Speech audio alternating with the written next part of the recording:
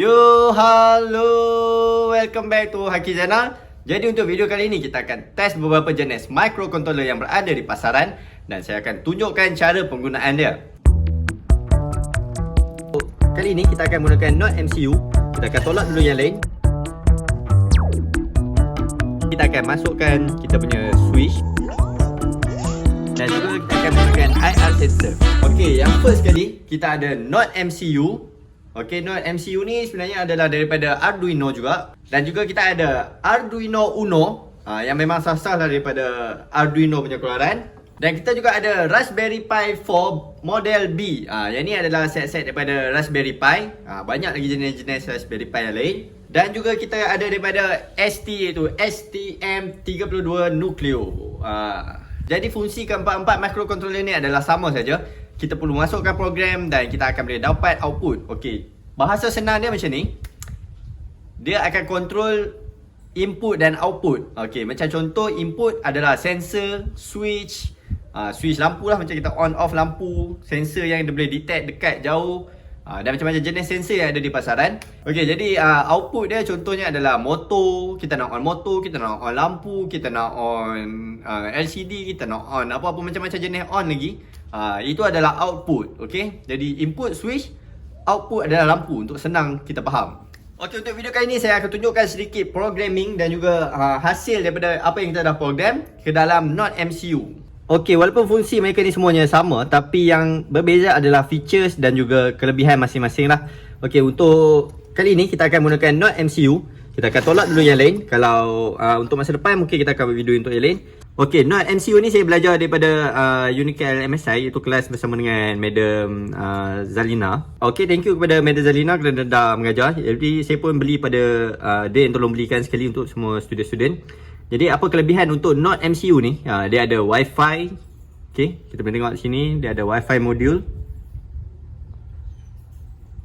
Okey, dia ada Wi-Fi, dia dah ada output GPIO. Dan kita boleh pakai USB Type-C je. Jadi amat mudah dan simple, senang dan juga portable. Okey, first kali kita akan belajar tentang GPIO kita punya Node MCU. Okey, GPIO adalah yang pin tepi ni.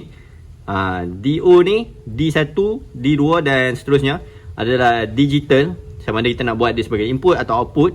AO adalah analog. Jadi setengah-setengah sensor dia ada digital input dan ada juga analog input. Okey, kita ada 3 volt, kita ada ground, kita ada RX, TX untuk kita connect ke transmitter dan juga receiver. Okey, jadi itu adalah yang penting-penting untuk kita try dan kita akan cuba buat satu program yang sangat mudah. Okey, jadi untuk buat program semestinya kita kena ada laptop lah ataupun komputer ataupun apa-apa yang Windows. Jadi kita perlu sambungkan USB ke komputer kita dan juga ke microcontroller. Okey, disebabkan kita menggunakan Arduino, jadi kita kena ada software Arduino.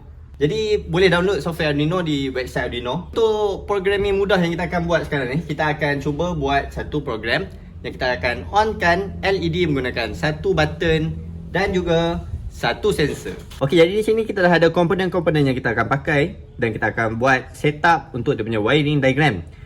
Okey, di sini kita dah ada Node MCU, kita ada IR sensor, kita ada push button, 2 LED dan juga 2 resistor. Okey, dan yang besar yang putih ni, ini dipanggil breadboard. Okey, breadboard kita boleh connect ke plus, minus dan juga kita ada connection lah. Jadi kalau connection untuk yang line ABCD, dia akan macam ni ya.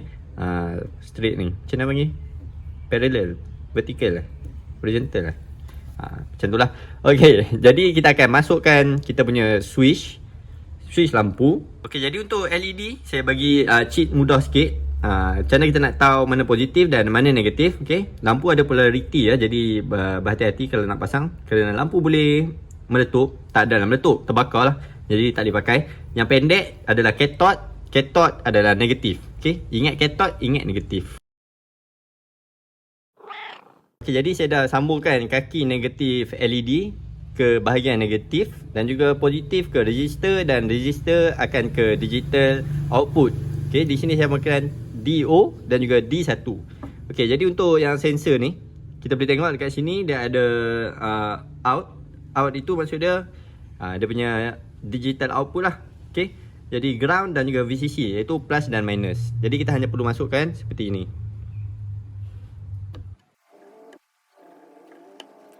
Okey, jadi seperti yang anda dapat lihat, saya dah sambungkan semua wiring dia. Daripada LED, saya dah masukkan kaki katot kepada negatif, resistor dan juga kepada DO. Sambung juga kepada LED nombor 2, kita akan masukkan kepada D1. Dan juga kita punya sensor, iaitu IR sensor, kita dah masukkan kepada D2 sebagai kita punya out. Dan juga plus minus ke tempat plus minus. Dan plus minus daripada board, kita dah sambungkan kepada plus minus kepada breadboard. Okey, breadboard punya plus minus dia akan vertikal lah. Ke tepi, melintang. Okey, melintang. Dan untuk kita punya switch button, saya dah sambungkan kepada D3. Okey. Jadi kita akan ke bahagian programming. Kita dah selesai untuk bahagian wiring. Okey, first kali di bahagian programming, kita perlu set GPIO. Maksudnya pin LED kita pakai kat nombor berapa, sensor kita pakai kat nombor apa. Kat sini kita boleh tengok dekat GPIO ni kita ada G1, GPIO 00, 16. Kita ambil lah yang mana kita pakai dekat D1, D0, D2 dan D3 yang kita pakai. Dan kita akan set dekat kita punya programming di Arduino IDE kat tepi ni. Nampak ni? Jadi kita ambil D1, kita letak lah sini. Berapa nombor ujung last ni? 05 ke, 16 ke, 00 ke. Macam tu lah. Okay, and then kita kena letak kita punya state of switch. Jadi switch kita on atau off kat sini. Dah tu kita kena buat pula sama ada kita punya pin tu input atau output. Macam ni. Okay, dah settle tu, kita buat yang seterusnya. Kita punya state adalah untuk digital read. Sebab kita pakai sensor dengan button kan. Jadi mereka adalah read untuk kita baca. And next, kita kena buat dia punya program untuk run. Okay, kita akan pakai if else. Maksud dia, kalau if button tu kena tekan, dia akan onkan lampu. Jadi kalau else, dia tak tekan, lampu tu akan tutup. Macam tu.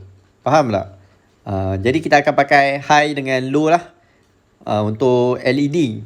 Jadi sama juga untuk kita punya IR sensor dengan button adalah benda yang sama. Jadi kita tak payah tukar apa sangat. Kita cuma bubuh balik je apa yang if else tu. Cuma yang kita kena ubah adalah dekat kita punya state. Macam tadi kita buat kat state button kan, if else. Yang ni kita kena buat yang sama juga tapi dekat IR punya state.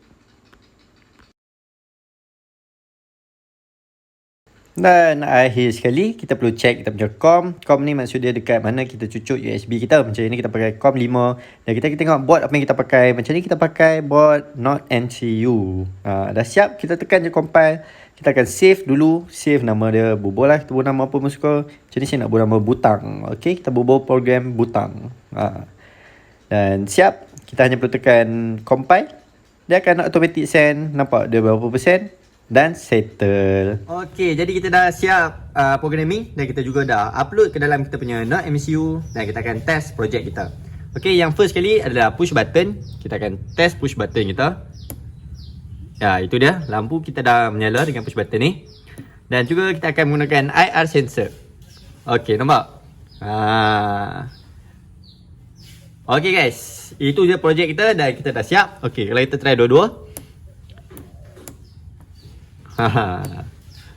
Menarik kan? Jadi macam-macam lagi kita boleh buat dengan Not MCU ni. Kita boleh pasang internet, pakai kontrol pakai handphone dan lain-lain lah. Okay guys, jadi itu saja video untuk kali ni. Kita dah siap projek kita. Jangan lupa share dan subscribe. Okay, kalau nak projek lain, kita boleh komen kat bawah. Dan kita akan cuba buat pakai microcontroller yang lain. Okay, bye.